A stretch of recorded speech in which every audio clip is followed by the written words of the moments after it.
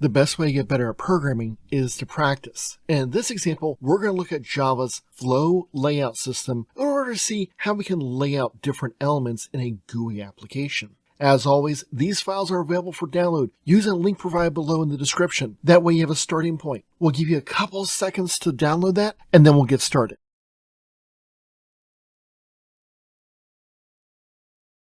Alright, so let's get started. In this example, we're extending JFrame, and we've already got 5 private buttons that we've set up as class level variables. We've set up our window and all that type of stuff, so now we just need to go in and create the flow layout and see how do we add these elements. Well, it's pretty simple. We're going to come over here, and we're going to just say flow layout. You'll notice that Visual Studio Code has given this to me as an option. It's part of java.awt, which is why that import's listed above on line 8.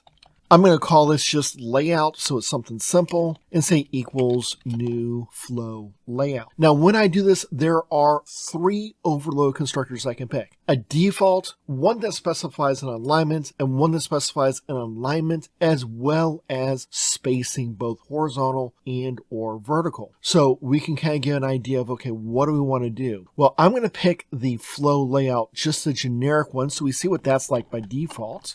And we can see that listed here. Now, since we're extending JFrame, we're going to say this dot set layout, and then we're going to specify layout, which is known as a layout manager. There are various types of layout managers. There's the null manager, which we're going to look at later on. There's a grid manager, grid bag, a whole variety of them. We're going to look at about 3 or 4 of these throughout other videos. Right now, we're just going to look at the flow layout. All right, so we've done that. We create our buttons as you see there, and we've added our buttons to the object. Technically, that's all we have to do. And if I come up here and run this, you'll see that it has listed all 5 of our buttons. 1, 2, 3, 4, and 5. You notice that 3 has the text laid out instead of a numeric value. So that's all the flow layout does, is it gives a little bit of space, and by default, it sets it up horizontally. The buttons in this case are only as big as they need to be, which is a little bit different than our previous examples where we've used a grid layout where they fill up a bunch of space potentially. And we're going to talk about that when we look at the grid layout in more detail in a future video. But let's keep on looking to see how we can make some of these basic changes. All right, so I can also change, for example, my layout. Now, you notice that this was a horizontal layout, and I could change this, however, so instead of being centered like it was, I can simply say layout dot set alignment. Which alignment am I looking for? Well, you'll notice it specifies as an integer, and the integer is okay because if I look at saying flow layout again, I've got some built-in values I can use. So, for example, I can say center, left, or right, or I can say leading and trailing.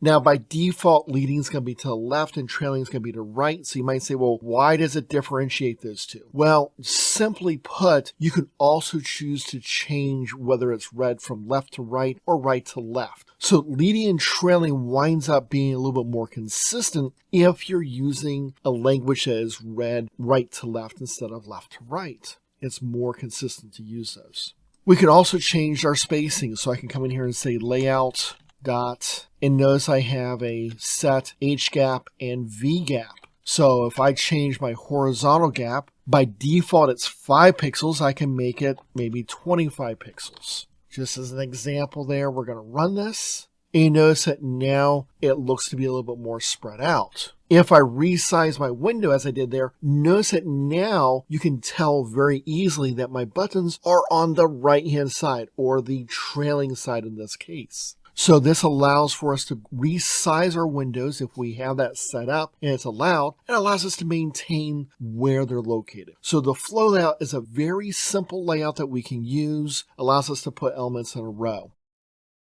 Hopefully you found this example helpful. If so, please consider giving the video a like and subscribing to see more videos on how to get better at programming.